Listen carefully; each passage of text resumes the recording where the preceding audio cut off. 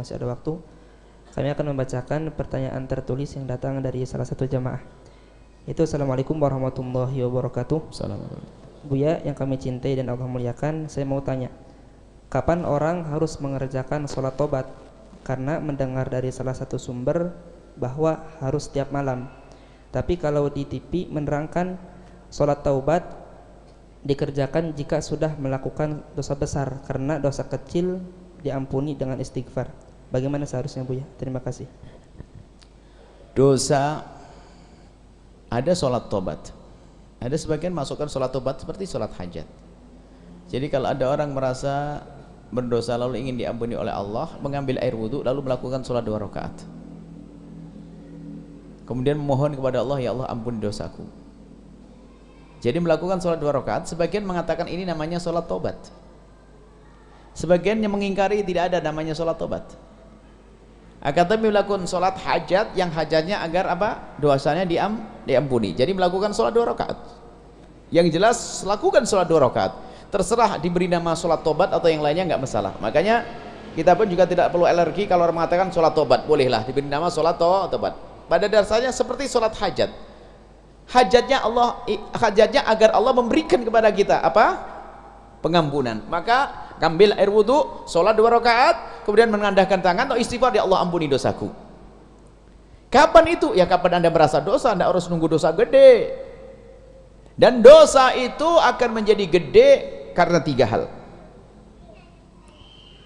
Yang pertama ada Anda mengentengkan dosa tersebut, biarpun kecil jadi gede kok. Dosa kecil apa-apa. Anda mengentengkan. Kalau Anda sudah mengentengkan dosa kecil, maka dosa kecil jadi gede. Yang kedua, kecil tapi terus menerus ngentengin karena dapat ilmu dari ustadznya. Ngelihat maklap aurat saklap, dosa kecil, Pak, kurang ajar namanya pada Allah.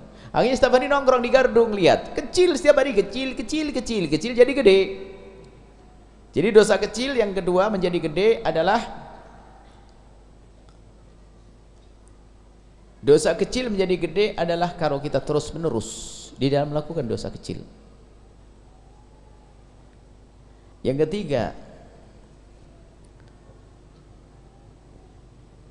adalah akan menjadi gede karena pelakunya.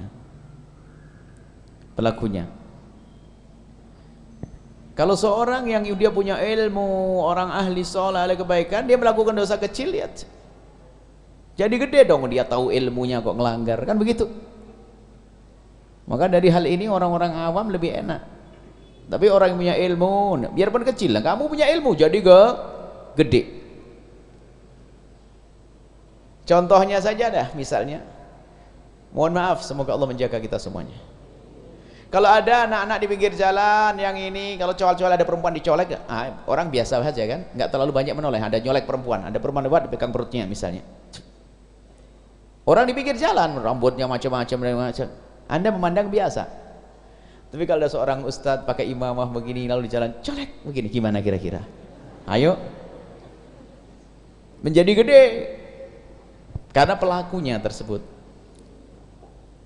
Makanya orang harus tahu, kalau dosa kecil bagi Anda tetap Anda anggap kecil, berarti Anda tidak besar, orang kecil Anda. Tapi di saat Anda melakukan dosa kecil kok Anda merasa takut, biarpun kelihatannya di mata manusia Anda rendah, tapi Anda mulia di hadapan Allah. Makanya kalau orang menganggap dosa kecil-kecil terus, berarti Anda kecil di hadapan Allah.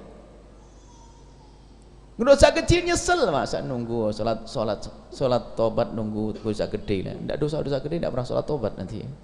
Nggak begitu caranya. Nggak tahu dari mana itu. Jadi tetap saja cara bermohon ampun kepada Allah bermacam-macam caranya.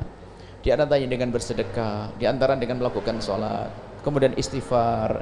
Itu adalah cara agar diampuni dosa kita oleh Allah. Jadi tidak harus nunggu dosa besar. Jadi kapan kita merasa berdosa adalah kita dihimbau untuk membaca istighfar, mohon ampun kepada Allah, dan bisa saja didahului dengan sholat tersebut.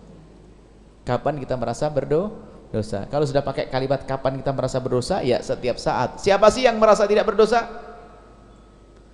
Dosa yang paling dosa itu kalau Anda merasa tidak berdosa, malah harus tahu itu. Kok bisa ada orang, ya Allah dosa apa saya kok sampai saya diuji kayak begini? Dosa apa? Banyak dosamu, ngomong dosa apa ini? Bagaimana ini? Maka dosa yang paling dosa adalah di saat Anda tidak berdosa, berarti wah harus sholat tadi, sholat istighfar yang banyak lagi. Semoga Allah mengampuni kita semua. Allah a'lam bishawab.